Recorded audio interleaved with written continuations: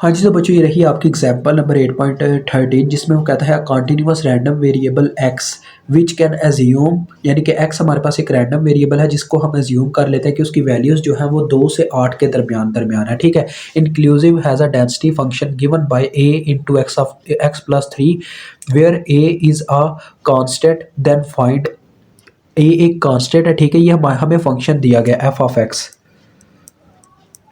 तो बच्चों मैंने प्रीवियस क्वेश्चन में आपको करके दिखाया था कि हम इंटीग्रेशन से भी कर सकते हैं और एरिया की मदद से भी कर सकते हैं। तो आप इंटीग्रेशन को ज़्यादा इजी लेते हो, इस वजह से मैं इंटीग्रेशन के थ्रू ही हर एक क्वेश्चन करूँगा, ठीक है।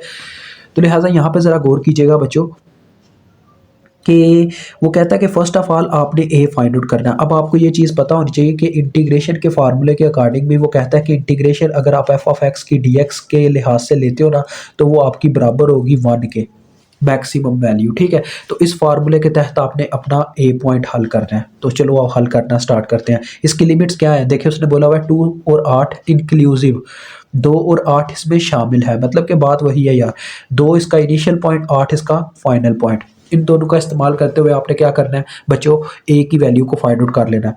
देखें कैसे होगी। अब मैं एफ ऑफ एक्स पुट करने लगूँ। एफ ऑफ एक्स क्या है, ए इंटू एक्स प्लस थ्री। ए देखो बच्चों एक कांस्टेंट है, ए तो एक साइड पे हट गया, बाहर निकल गया और अंदर आ गई। देखो इस तरह से इंटीग्रेशन 2 की 8, ठीक है। अब देखो बच्चों एक्स प्लस थ्री है, इसको भी मैं अलग अलग कर सकता हूँ। एक्स के एक्स प्लस थ्री यहाँ पे चलो एक स्टेप कर लेता हूँ आपके लिए। X plus three d x is equal to 1, ठीक है। तो ए इधर ही रह गया, ठीक है।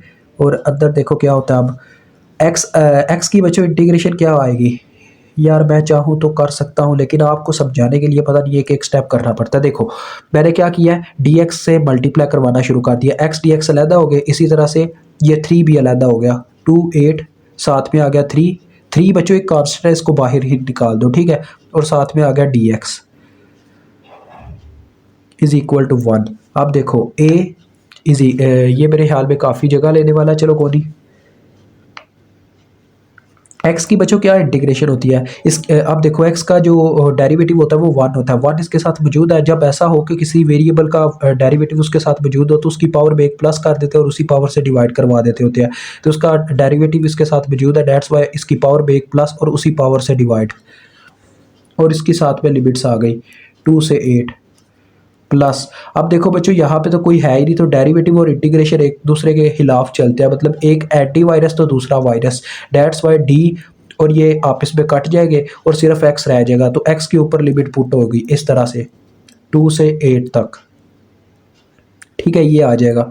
अब देखो बस ये आपकी लिमिट्स पुट होने लगी है। ए इंटू देखो ये आ जाएगा एक्स स्केयर ओवर 2 है ना, तो देखो 1 ओवर 2 बाहर ही रह गया, अंदर लिमिट्स पुट हो गई। ये तो मुझे लगानी नहीं थी चाहिए, चलो कोई नहीं। अब एक्स का स्केयर है, यानी कि देखो अपर लिमिट पहले पुट होगी, एक्स की जगह 8 पुट हो गया, एक्स का स्केयर था यानी कि 8 का भी स्केयर होगा माइनस लोअर लिमिट। तो लोअर लिमिट क्या है 2, तो 2 का स्केयर आ गया, ठीक है बच्चों, ये आ गया। उसके बाद इस तरफ आ जाओ अब, तो 3 upper limit minus lower limit इधर भी होगा, 8 अपर लिमिट है माइनस लोअर लिमिट 2 है, तो ये आ गया। अब इसको ओवरऑल हल करके बाहर निकलेंगे। देखो 64 माइनस 4, ये 60 आ गया, 60 बटा 2 30, 30 बच जाएगा। और इस तरफ 6 3 बार 18, 18 60 और 18 कितना हुआ बच्चों, 60 और 18 78, 78 ए, ये हो गया मल्टीप्लाई होने के बाद, ठीक है, इज इक्वल टू 1। तो ए की वैल्यू आ गई है 1/78। लो बच्चों ये आपका इतना तो काम हल हो गया। अब यहाँ पे अगर आप ये पुट करते हो तो आपका फंक्शन है 1/78 इंटू एक्स प्लस थ्री, ठीक है। और हाँ जी दे लेनी चाहिए। आप इनको ना ओपन कर लो इस तरह से, एक तो आ जाएगा x/78 और दूसरा आ जाएगा देखो 3। जब 3/78 आएगा तो आप इसको कैलकुलेटर पे हल करके देखिएगा, आपको मिलेगा 1/3 2 बार 6 3 6 बार 18, हाँ जी 1/26 मिलेगा, ठीक है। तो ये आ गया आपका एफ ऑफ एक्स। अब आप बच्चों क्या करना चाहते हो, आप इसकी प्रॉबिलिटी निकालना चाहते हो 3 इंटू ये वाली, ये दूसरा पॉइंट करने लगा हूँ मैं।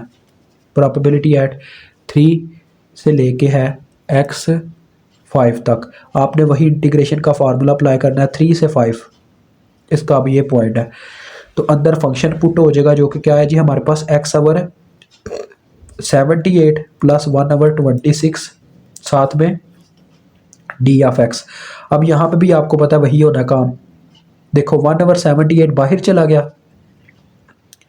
और 3 5 और ये x डी एक्स अलहदा हो गया, ठीक है। इसी तरह से दूसरी तरफ भी यही हुआ, 1/26 बाहर चला गया और अंदर क्या रह गया, सिर्फ डी एक्स बचो, ठीक है। और 5 और 3 लिमिट्स लग गई, ठीक है। मैंने अलहदा अलहदा कर लिया है इसको, अलहदा अलहदा जैसे ऊपर एक स्टेप किया था, अब मैंने वो स्टेप ना यहाँ पे किया नहीं है, रिपीट नहीं किया, ठीक है। तो लिहाजा फिर क्या आएगा, देखो बच्चों ये प्रोबेबिलिटी का आंसर आना है। ये सीधी सी बात है, x है तो x का क्या होता है, एक्स स्क्वायर ओवर 2, यही होता है ना, यानी कि उसकी पावर में एक प्लस कर दिया जाता है, उसी पावर से डिवाइस। तो 1 ओवर 2 को हम बाहर निकाल लेंगे, 1 ओवर 78 से 1 ओवर 2 मल्टीप्लाई हो जाएगा। तो क्या होता है जी, 78 ज़रबे 2 156। तो बच्चों ये आ जाएगा 1 over 156 into x square. X square की जगह आप लिमिट्स पुट होंगी, देखो 5 और 3 है, 5 का स्केयर अपर लिमिट, 5 का स्केयर है भाई, 5 का स्केयर माइनस लोअर लिमिट 3 का स्केयर, ठीक है बच्चों, ये आ गया। और दूसरी तरफ देखो क्या आया होगा, दूसरी तरफ ना डी और ये इंटीग्रेशन काट के एक्स के ऊपर लिमिट सप्लाई हो जाएगी। तो देखो 1 ओवर 26 बाहर है और अंदर लिमिट सप्लाई हो गई 5 minus 3, upper limit minus lower limit, ठीक है। तो ये आ रहा है कितना, देखो ये 25 माइनस 9, 25 में से 9 माइनस करें तो कितना बचता है, 16, 4/39, ठीक है। प्लस इसमें काट देते हैं 2/26 यानी कि 1/13। तो बच्चों ये आता है 7/39, ठीक है। 7/39 आपका ये आंसर आता है। तो लें जी, ये आपका क्वेश्चन हल हो गया, मुझे उम्मीद है आपको समझ आ गई होगी।